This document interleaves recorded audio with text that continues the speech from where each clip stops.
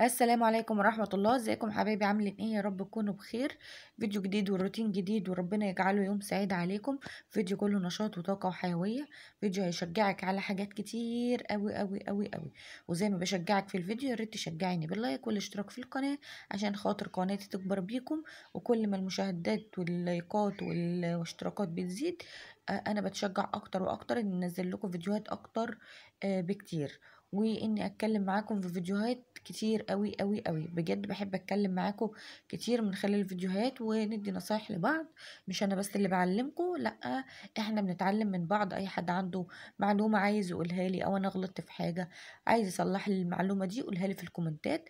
بحب جدا ناخد وندي مع بعض في الكومنتات كتير قوي قوي قوي. ويا ريت اللي بيتابعني يقول لي بيتابعني من انهي بلد و وايه يكتب لي كده كومنت حلو زيكم. نصلي على سيدنا محمد عليه افضل الصلاه والسلام وندعي لاخواتنا في فلسطين ربنا ينصرهم نصر عزيز يا رب العالمين. ونبتدي بقى الفيديو بتاعنا كده واحنا كلنا طاقه ونشاط. بس الاول تعملي اللايك وبعد كده ندخل على الفيديو بتاعنا. الفيديو بتاعنا النهارده كنت جايبه كرومبايتين. الراجل كان تحت البيت فجبت منه، كان بقاله فتره بقى كبيره ما جاش، فجبت بقى ايه منه كرومبايتين كده عجبوني فقلت اجيبهم. طبعا انا شملوله قوي قوي قوي قوي قوي يعني بصراحه. جبت كرومبايتين مره واحده، يعني مش جبت واحده بس، لا اتنين. انا قلت ايه اجيب اتنين ليه؟ عشان خاطر اعمل واحده النهارده واسلق التانية واشيلها في الفريزر. اعملها في اي يوم تاني، مش هفرزها، لا يعني اشيلها اعملها في اي يوم تاني. آم، لان الكرنب انتوا عارفينه بياخد وقت ووقت الراجل ما بيجيش من تحت البيت. فاضطر اروح اجيبه بقى من السوق من اخر الدنيا وكده واجيب شايله ومتبهدله، فجبت اتنين بالمره. الواحده كنت جايباها ب15 جنيه، حلوه يعني سعرها حلو وتحت البيت، مش هشيل بقى ولا امشي ولا اي حاجه. بصوا الندى كان فيهم ازاي. الندى اللي هي الميه اللي جواهم كانت منديه خالص كده.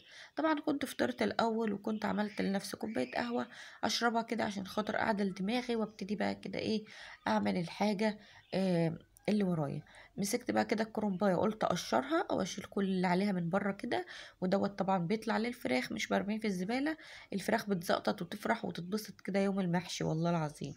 ابتديت بقى كده ايه اشيل الورق كله الزيادة الاخضر اللي بره كده اهو واوصل للكرنباية من جوه.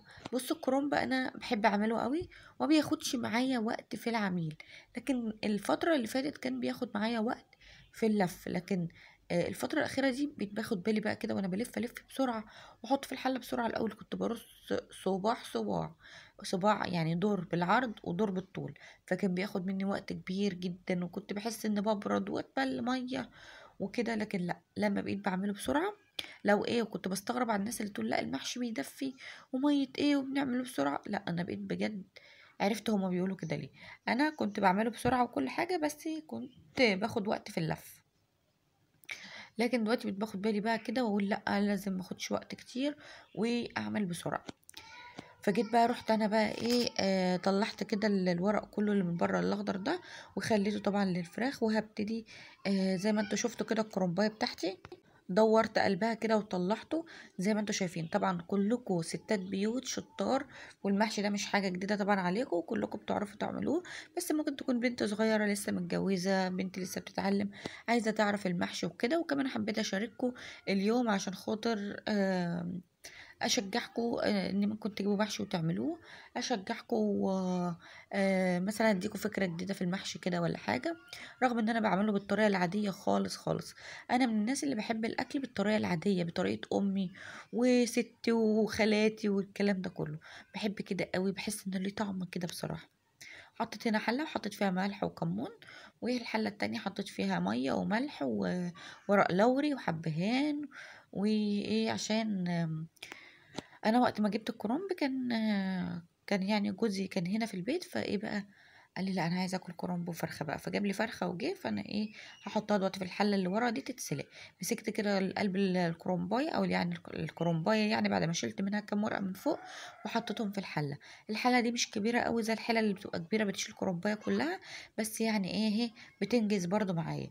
ومعايا هنا صينيه ومصفى او مصفى يعني بحط عليها ايه الورق اللي بطلعه عشان ينزل منها الورق المية السخنة ينزل منها المية السخنة اللي جوه الورق في قلب الصينية، عشان خاطر لو المية السخنة دي قعدت في الورقة هتهريها ومش هتعرفي تلفي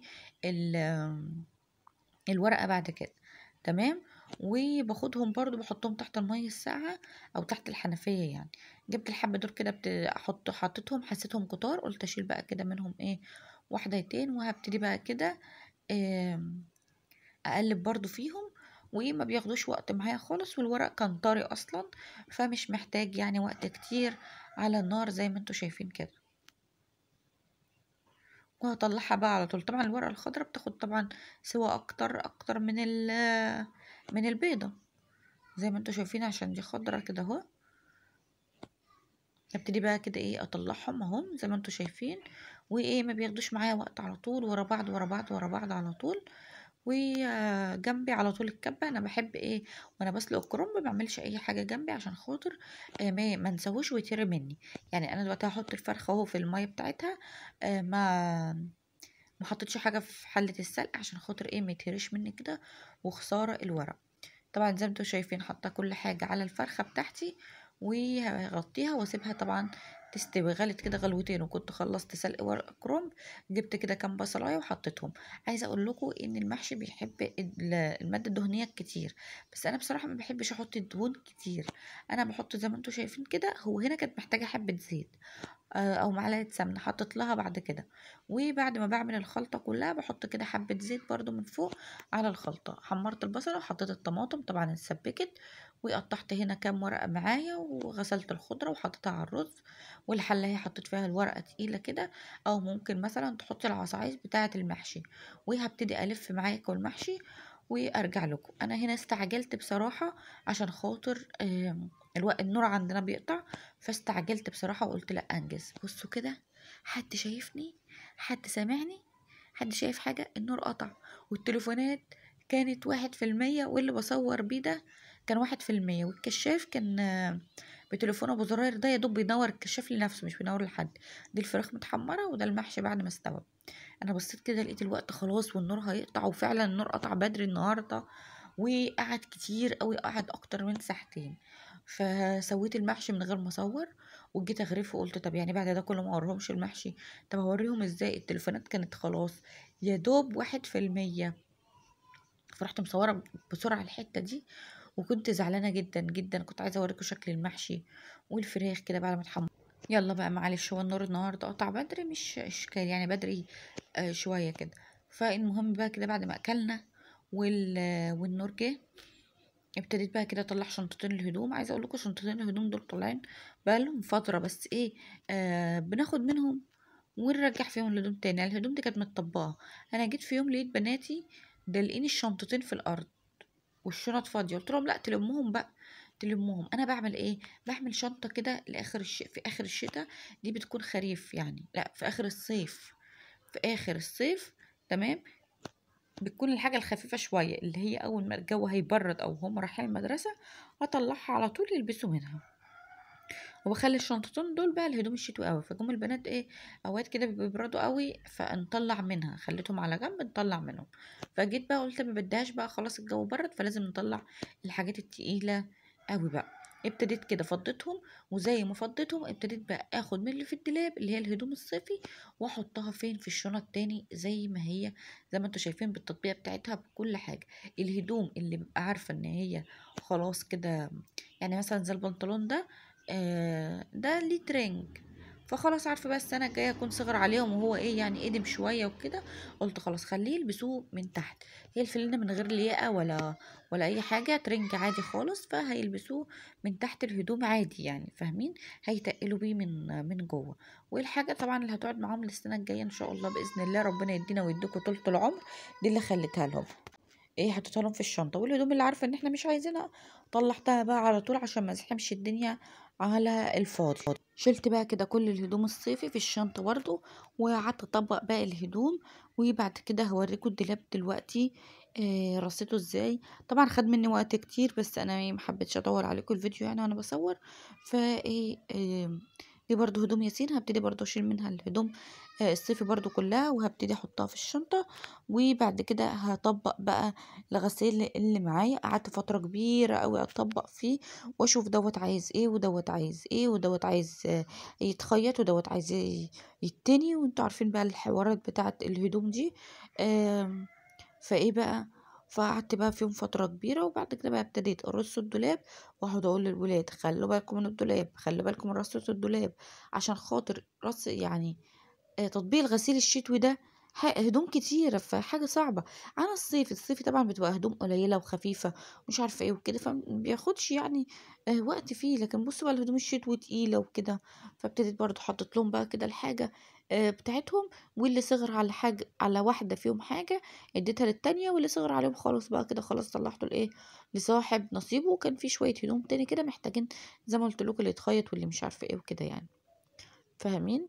فدي دول في البنات.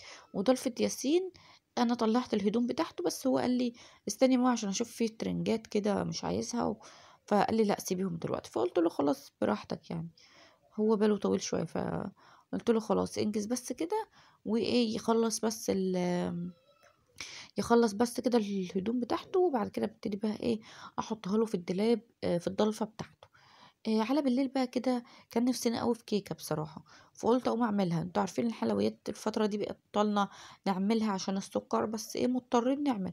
مره اعمل رز بلبن، مره اعمل كيك، مره اعمل يعني جلاش كده يعني ايه. الولاد ملهمش ذنب ولازم نعمل حاجه كده ايه حلوه في البيت، بدل ما نشتري من بره. ما احنا هنشتري حاجه غاليه برضو يعني مش حاجه رخيصه. اول حاجه كده حطيت 3 كوبايات دقيق بالمج الكبير شويه ده، وحطيت الاتنين بيكنج باودر او كيك شيف عليهم. انا بحب الكيك شيف عليهم. حطيتهم كده وركنتهم كده في الاول، وبعد كده جبت هنا 6 بيضات، والمفروض احط عليهم 2 فانيليا، بس انا كان عندي واحده بس حطيتها، وحطيت حبه خل بدلها يعني. وضربتهم في الخلاط فانيليا وخل والبيض، ضربتهم في الخلاط كده حبه كتار. وبعد كده هجيب بقى دلوقتي السكر، نفس المج اللي حطيت بيه الدقيق هحط مج سكر. بس ايه بقى، خليت ايه يعني حطيت حبة حبة حبة حبة، وهحط كوباية لبن بنفس المج، وهحط يعني اقل من نص المج كده زيت. تمام. وهضربهم برضو في الخلاط، وهجيبهم بقى كده اهو احطهم على الدقيق. طبعا هنا عشان خاطر البنات اللي برضو بتنسى او بتتلخبط او في حاجة بتنساها تقعد تعدهم كده اهو: دقيق، بيكنج باودر، بيض، فانيليا، سكر، زيت او سمنة، ولبن. 7 حاجات اساسية. ممكن بقى تحط حبة خل، تحطي بقى ايه كده تبدلي ما بين الزيت والسمنه زي ما كل واحد ما بيحب. تعديهم كده، دول 7 حاجات اساسيه. وبعد كده هبتدي بقى اقلب بقى كده، اقلب بقى على ناحيه واحده زي ما انتوا شايفين كده اهو.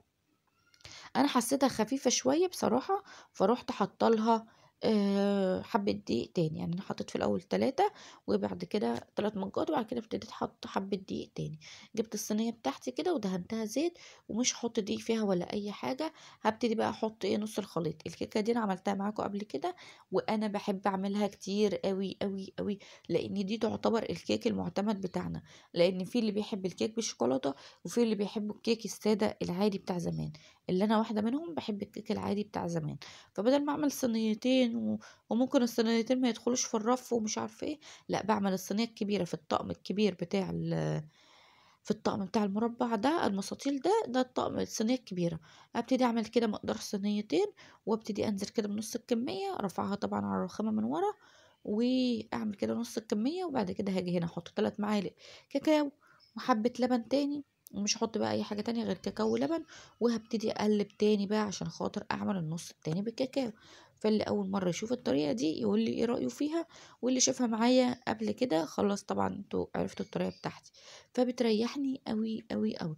لكن الاول كنت اعمل بقى صينيه كاكاو وصينيه عاديه واستنى دي تستوي، وبعد كده راح عامله التانية عشان مش ينفع العجينه بتاعه الكيك اعملها واركنها. فكان بقى ايه موال يعني، يا اما اعمل بقى صينيتين صغيرين عشان يدخلوا مره واحده يعني. ابتديت بقى كده حطيت حبة لبن وحطيت الكاكاو، وهبتدي بقى اقلب بقى كويس برضو على نفس الاتجاه كده اهو. خليها برضو كده ايه مش تقيلة قوي. وهبتدي بصوا اشيل اي حاجة في الجنب، عشان انا لما نزلت في الصينية طبعا في الجنب كده بقى في اللي هي الكيكة الاولانية دي اللي من غير كاكاو، فهبتدي برضو اقلب كده كويس، وهبتدي بقى انزل الناحية التانية. طبعا هيبقى فيه نص بقى من غير شوكولاتة او كاكاو، ونص سادة، والنص اللي في التلت يعني، واللي في النص بقى ايه، مشكل بقى.